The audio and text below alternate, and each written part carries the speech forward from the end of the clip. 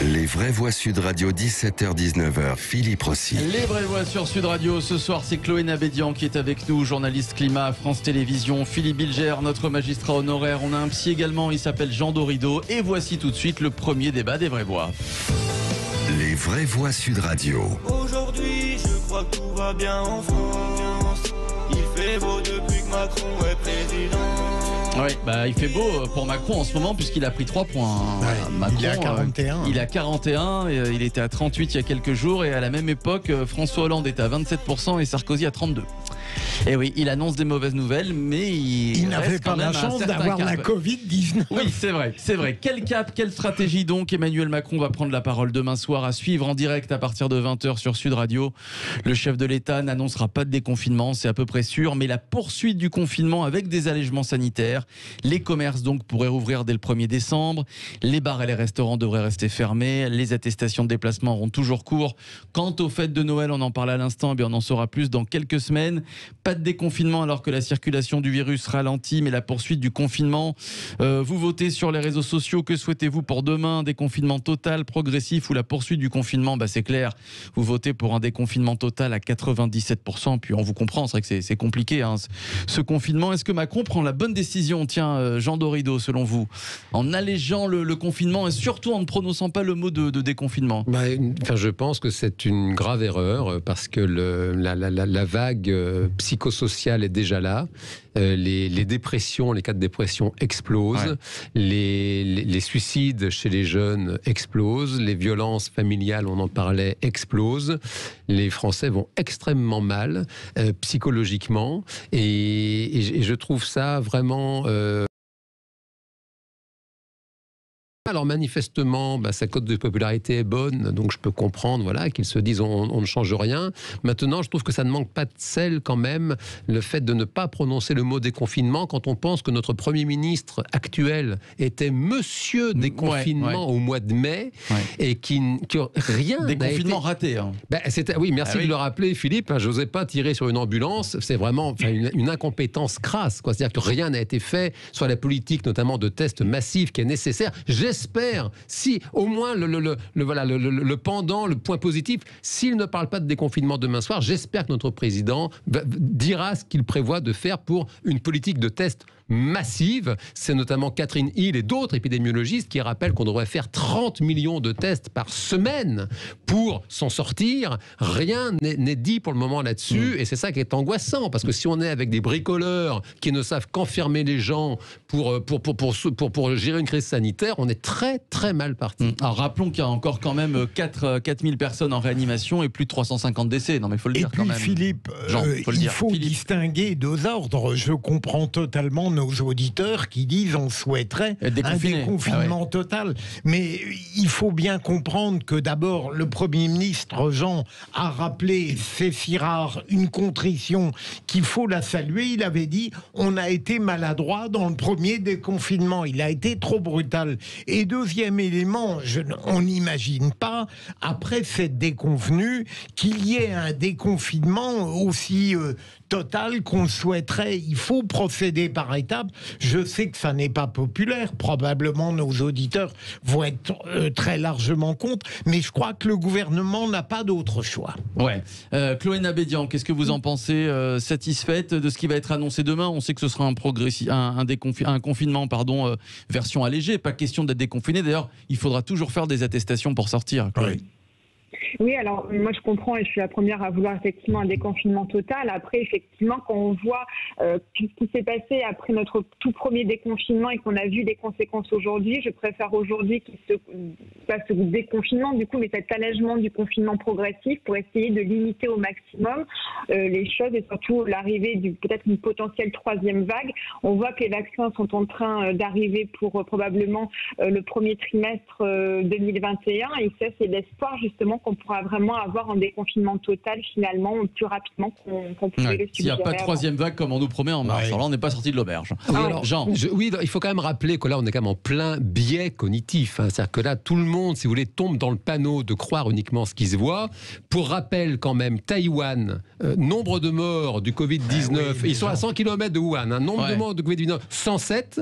Nombre de jours de confinement, 0. Ouais. Donc si vous voulez, s'imaginer, non mais pardon de le rappeler, il y a une espèce, si vous voulez, d'hypnose collective qui s'imagine que le confinement est une solution à l'épidémie. Aujourd'hui, rien ne prouve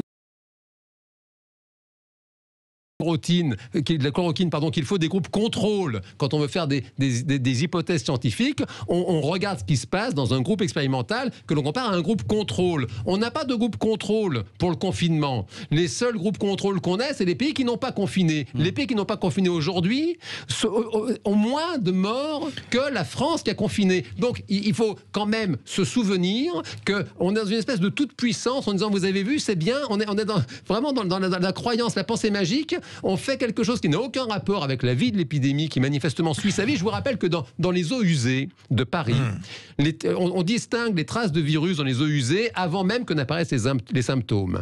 Dans les eaux usées de Paris, la proportion de coronavirus baisse depuis le 17 octobre. Depuis le 17 octobre, on n'avait même pas commencé le couvre-feu à cette époque-là. Donc il faut arrêter d'idolâtrer le totem du confinement parce que rien ne prouve que ce soit efficace. Si on n'avait pas confiné, est-ce que vous pensez que le virus aurait ralenti comme il ralentit rien. Vraiment intelligent, mais vous oubliez une chose, c'est que bien sûr ces pays n'ont pas confiné, mais ils ajoutent à l'absence de confinement une culture de leur pays qui n'a rien à voir avec la nôtre. Non, ils ajoutent des moyens qui leur permettent de tester massivement, d'isoler les malades et de tracer les cas contacts. Et une obéissance et un respect civique qui sont fondamentaux dans les pays que vous évoquez. Les Français sont très obéissants en ce moment. La France n'aurait pas pu le faire. Les votes sur les réseaux sociaux, ça vote énormément. Et la question que l'on vous posait, que souhaitez-vous pour demain? 81%, ça a changé, c'est un petit peu baissé, d'auditeurs qui espèrent que Macron va annoncer un déconfinement total. Déconfinement progressif qui suit la poursuite du confinement, évidemment, à un très faible pourcentage. Qu'en pense Julien du Val-de-Marne qui a fait le 0826 300 300? Julien est avec nous. Bienvenue dans Les Vraies Voix, Julien. Bonsoir à vous. Bonsoir Philippe, bonsoir à tous vos invités. Voilà, Jean Dorido, Philippe Bilger, Chloé Nabidian, on débat depuis quelques minutes. Alors, Macron prend-il la bonne décision si jamais il annonce demain la poursuite du confinement en version light, évidemment? À mon avis, ça va être, d'après ce qui se dit, d'après les infos que j'ai, ça risque d'être un léger déconfinement sans dire le nom. C'est toujours la même chose avec M. Macron, c'est le en même temps, donc c'est tout le problème avec lui, on ne sait plus sur quel pied danser. A priori, il devrait alléger le confinement autour du 18 décembre. Et ce qui se dit aussi, c'est qu'il devrait réannoncer un confinement un peu plus dur début de l'année, c'est-à-dire à partir du 4 janvier. Alors attention, parce que ça, alors je l'ai lu ça, il se peut que ce soit une rumeur, on n'en sait pas trop. C'est vrai qu'il y a une rumeur qui dit que sur la table du Premier ministre, il y a un projet de confinement pour mi-février, début mars. Il y avait une troisième vague. On ne sait pas si c'est vrai ou pas, à prendre avec des pincettes, évidemment, Julien. Bien sûr, avec des pincettes, il faut toujours mettre ça au conditionnel, mais apparemment, cette date du 18 décembre, apparemment, elle serait dans les cartons de l'Élysée depuis le mois de septembre. Donc, je pense qu'ils ont quand même réfléchi, malgré tous les non-sens, effectivement, dans leur choix depuis le début de cette pandémie. C'est d'ailleurs tout le problème avec M. Macron, c'est qu'on ne sait plus, effectivement, on en perd un peu son latin, il dit tout et le contraire de tout, et on sait quand même qu'il y a eu des mensonges, quand même, qu'on peut maintenant, qui ne sont pas du complotisme, qui sont bien réels sur les masques, sur les tests, aujourd'hui sur le rivotril. Donc, c'est vrai qu'il y a quand même beaucoup de sujets. Moi, je pense que c'est même pas ce qu'il va dire, c'est que je pense que les Français, malheureusement, il y a un manque de confiance. Et quand il n'y a plus de confiance, vous pouvez dire ce que vous voulez, la population derrière, elle reste très sceptique. Moi, je pense que malgré les annonces, il risque d'y avoir un scepticisme. Il n'y a plus de confiance, mais il prend 3 points, Macron. Mais Julien, oui, mais les sondages. Julien, votre observation est tout à fait intéressante. Mais est-ce qu'au fond, ça ne devient pas un peu lassant, je ne le dis pas à votre intention, de rappeler sans arrêt ce qui manquait au mois de mars? On n'est plus dans la même situation. Bien sûr. Le gouvernement ne peut plus être incriminé de la même manière. Mais je suis d'accord, on a tous le droit de se tromper. Moi, je leur incrimine, je ne remets pas en cause ça. On va si vous voulez. Et quand vous voyez comment ils ont agi depuis le départ, on se rend compte que soit ils mentent, ou alors ils mentent par omission. Donc si vous voulez, on ne peut pas leur faire confiance, c'est toujours la même chose. Je pense qu'aujourd'hui, les Français ne font plus confiance dans le gouvernement, parce qu'effectivement, quand on a menti éhontément sur les plateaux de télé, matin, midi et soir, de radio, eh bien si vous voulez, vous n'avez plus de crédibilité. C'est comme si vous étiez devant le juge et que vous dites, monsieur, je vous jure, j'ai rien fait, vous êtes pris la main dans le sac, vous êtes pris la main dans le pot de confiture, et à un moment donné, vous perdez toute crédibilité. Vous nous parlez de Sarkozy, Julien. C'est vrai que sur l'affaire des masques, Philippe Bilger, c'est compliqué de prendre la défense du gouvernement. Mais bien sûr, en mars, ils ont dit que ça n'était pas nécessaire, il n'y en avait pas. Mais je dirais, encore une fois, je comprends Julien, mais il y a une forme de dénonciation rétrospective qui ne sert plus à rien aujourd'hui, quoi. Chloé Nabédian, sur les incohérences que pointe Julien, l'incohérence du gouvernement, elle a toujours cet argument de on ne connaît pas le virus, on ne connaît pas le virus, on ne peut pas savoir. Chloé Nabédian. Moi, je vous trouve dur, surtout au niveau des tests, parce qu'aujourd'hui, on arrive à tester quand même 1 500 000, je crois 1 700 000 personnes. Alors, selon ce que j'ai entendu, il faudrait faire 30 millions de tests par semaine. Simplement, aujourd'hui, les laboratoires sont déjà saturés, en fait. Ouais. Dans certaines régions, on a des résultats seulement au bout de 4, 5, 6 jours, ce qui, de toute façon, en fait, montre que le test ne sert à rien, puisqu'il faudra avoir le résultat sous 24 heures pour bien faire. Et donc, aujourd'hui, faire 30 millions de tests semble vraiment impossible. Sauf que quand même, je rappelle que dans les pharmacies maintenant, il y a le nouveau test antigénique qui est en train de se mettre en place et qui pourra permettre un accès. Toutes ne le font pas, mais ça permet quand même aujourd'hui un accès peut-être encore plus facilité, même si le résultat est un peu moins fiable que le test PCR. Mais ça paraît impossible aujourd'hui de faire 30 millions de tests. Et par rapport au mois de mars, justement, 1 500 000, c'est gigantesque aujourd'hui quand même. Jean, non, 30 millions de tests. Merci Chloé de votre aide, parce qu'effectivement, on est très... Même la France est une grande puissance, on dépense des dizaines de milliards à perfuser une économie qu'on est en train de flinguer en même temps. On devrait mettre précisément cet argent dans une politique de tests massifs. C'est quand même à ça que ça sert les gouvernants, c'est de prendre des décisions et de mettre les moyens dans la bonne direction. On a ce qu'il y a de plus fiable pour détester le Covid-19, ce sont les chiens. Les chiens, ils détectent la drogue, ils détectent les explosifs, ils ont un odorat complètement dingue. Et on est super fort en France pour dresser des chiens pour détecter le Covid.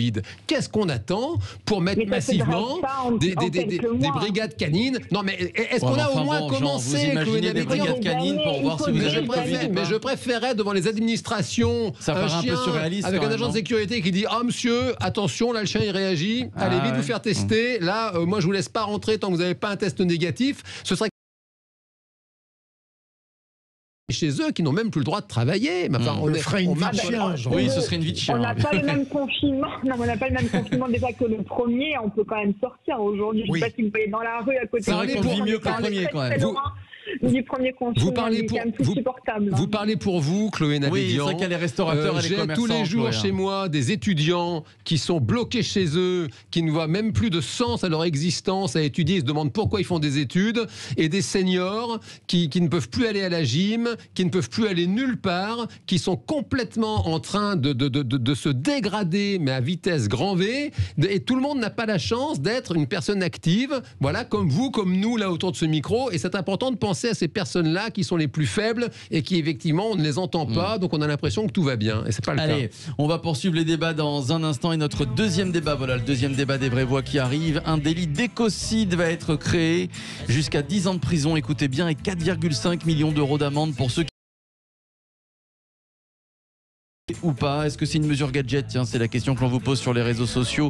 Vous votez évidemment et on vous attend pour en débattre avec nous. 0826 300 300, à tout de suite.